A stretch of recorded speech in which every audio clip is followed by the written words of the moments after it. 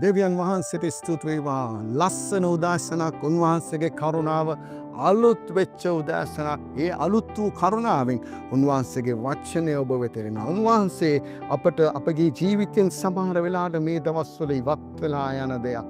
අපගේ යාත්‍රා ජීවිතෙන් ඉවත් වෙලා යන දෙයක් ස්වාමීන් වහන්සේ අපට මතක් කරන්න යනවා. අපට දෙන්න යනවා කුඩා සාන්ද්‍රණයක් උන්වහන්සේ. එහෙම නැත්නම් උන්වහන්සේ දෙන්න යනවා යම් කිසි රෙසිපි එකක්.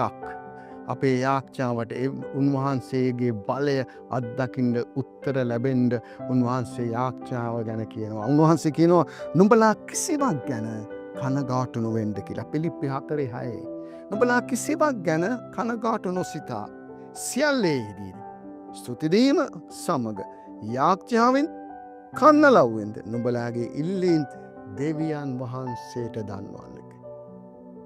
අද සමීකරණයක් වගේ කියනවා උන්වහන්සේ. කිසිවක් ගැන කනගාටු වෙන්න එපා. එක දෙයයි කරන්න තියෙන්නේ. යාඥාව දන, ස්තුතිදීම ජන්න, කන්නලව්වත් එකතු කරලා උන්වහන්සේට දෙන්න. එවිට කියනවා එවිට කිසි නුවණකින් දැනගත නොහැකි වූ දෙවියන් වහන්සේගේ සමාදානය ක්‍රිස්තුස් යේසුස් වහන්සේ තුල නුඹලාගේ සිතවිලිද ආරක්ෂා කරනසේක්වා.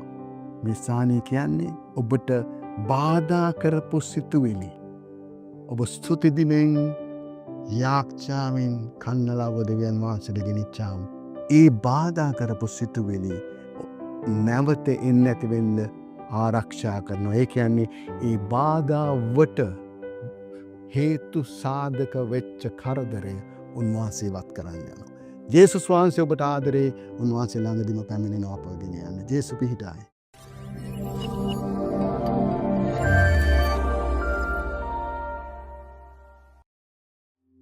ඔබත් එක්සත් එමීර් රාජ්‍ය තුළ වෙසෙන ශ්‍රී ලාංකිකයෙක් නම් පහත දැක්වෙන අංකයට ඇමතීමෙන් ඔබට අප හා සම්බන්ධ විය හැකියි.